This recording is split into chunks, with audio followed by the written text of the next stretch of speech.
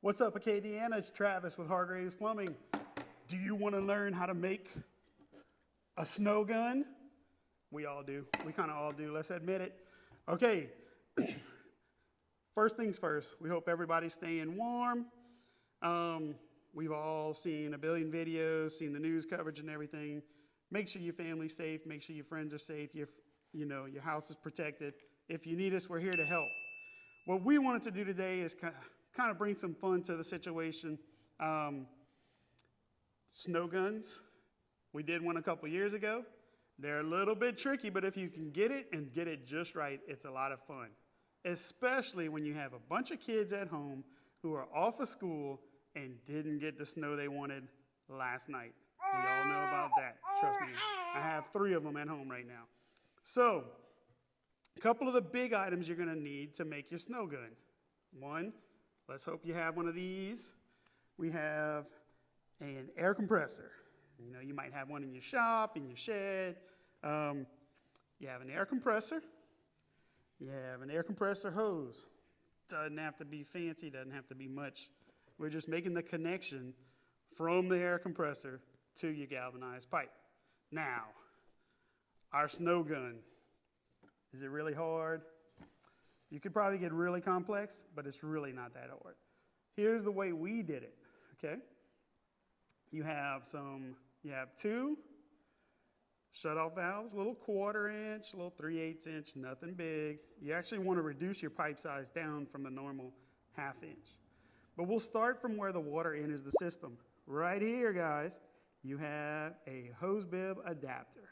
That's going to go from your water hose.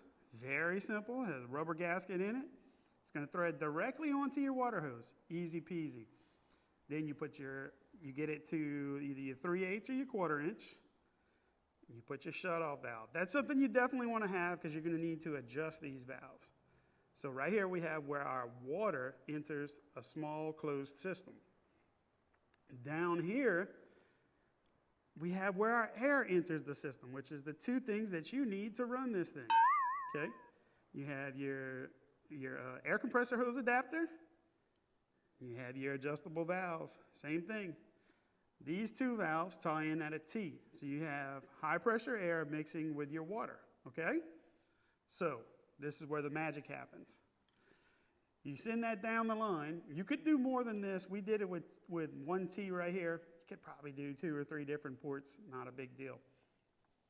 So you split it. And you put a little galvanized pipe.